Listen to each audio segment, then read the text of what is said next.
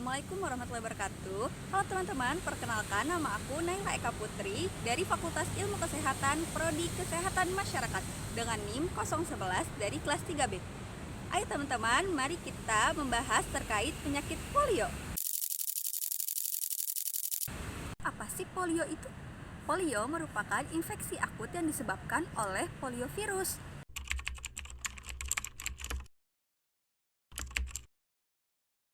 Biasanya dia menyerang di mana sih? Nah, poliovirus itu biasanya menyerang pada sistem saraf dan dapat bisa menyebabkan kelumpuhan, terutama pada anak-anak di bawah usia 5 tahun.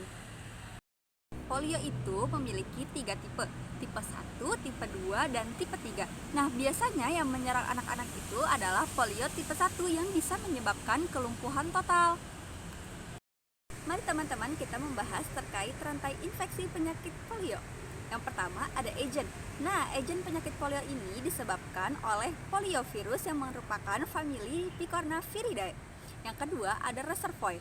Nah, reservoir polio ini biasanya adalah manusia. Yang ketiga ada portal of exit. Nah, biasanya penyakit polio ini keluar dari penderita itu melalui feses.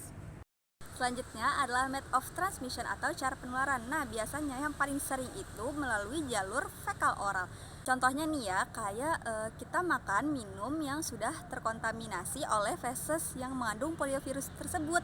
Nah, dapat diperparah juga karena kondisi lingkungan dan sanitasi lingkungan sekitar kita yang buruk.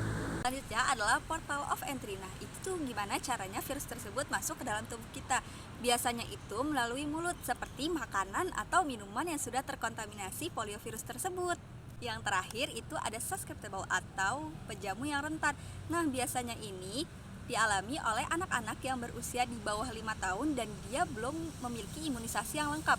Yang kedua itu ada orang yang belum diimunisasi sama sekali teman-teman. Jadi diusahakan untuk imunisasi ya. Dan yang terakhir itu ada kondisi dan sanitasi lingkungan yang buruk. Menurut Kementerian Kesehatan, masa inkubasi virus polio ini berkisar antara 3-6 hari. Dan untuk menyebabkan kelumpuhan itu biasanya sekitar 7-21 hari. Selanjutnya, fase rentan terjadinya infeksi polio bisa kita pahami lewat segitiga epidemiologi, yaitu antara host, agent, dan environment. Nah, dari sisi host itu ada anak-anak di bawah 5 tahun dengan status gizi yang kurang atau daya tahan tubuh yang lemah. Dari sisi agentnya, poliovirus itu sangat mudah menular dan dapat bertahan hidup di lingkungan tertentu. Sementara dari sisi environmentnya itu adalah kondisi sanitasi yang buruk, akses air bersih yang terbatas, lingkungan padat penduduk, dan pengelolaan limbah yang tidak baik sangat mendukung penyebaran virus polio tersebut. Menurut Kementerian Kesehatan Republik Indonesia, 90% orang yang terkena polio ini tidak memiliki tanda-tanda dan gejala apapun. Nah, ayo teman-teman, aku kasih tahu agar kalian perlu berantisipasi. Yang pertama itu, tandanya ada demam disertai muntah, mual, sakit tenggorokan, nyeri sendi, dan cepat kelelahan. Nah, ada satu gejala yang perlu kalian ingat dan gejala ini itu merujuk ke penyakit polio, yaitu berupa kelumpuhan secara mendadak. Nah, jika di antara kalian, keluarga kalian, atau tetangga kalian yang memiliki gejala tersebut, segera bawa ke Fashiankes. Biasanya, kalau sudah terjadi kelumpuhan secara mendadak, itu berarti dia sudah terkena virus polio. Nah, selanjutnya teman-teman ada distribusi frekuensi penyakit polio. Yang pertama itu ada distribusi frekuensi polio berdasarkan orang. Nah, menurut literatur yang saya temukan itu, yang paling dominan terkena penyakit polio adalah anak-anak dengan usia 0-3 tahun. Nah, ada juga nih anak-anak dengan usia 3-5 tahun dan ada yang di atas 5 tahun. Nah, teman-teman, menurut literatur yang saya temukan juga, ini masih distribusi frekuensi berdasarkan orang. Nah, itu melonjak pada pertengahan 2019. Ini tuh meningkatnya secara tajam, mencapai puncak pada akhir 2019 hingga akhir 2020. Nah, teman-teman, selanjutnya ada distribusi frekuensi penyakit polio berdasarkan tempat. Nah, menurut literatur yang saya temukan itu terjadi di pertengahan tahun 2022. Ini tuh terjadi di Pakistan dan Mozambik. Selanjutnya juga ada distribusi frekuensi penyakit polio berdasarkan tempat, tapi ini di Indonesia. Ini itu terjadi pada tahun 2022. Nah, itu tuh terjadi di Aceh dan di Jawa Barat.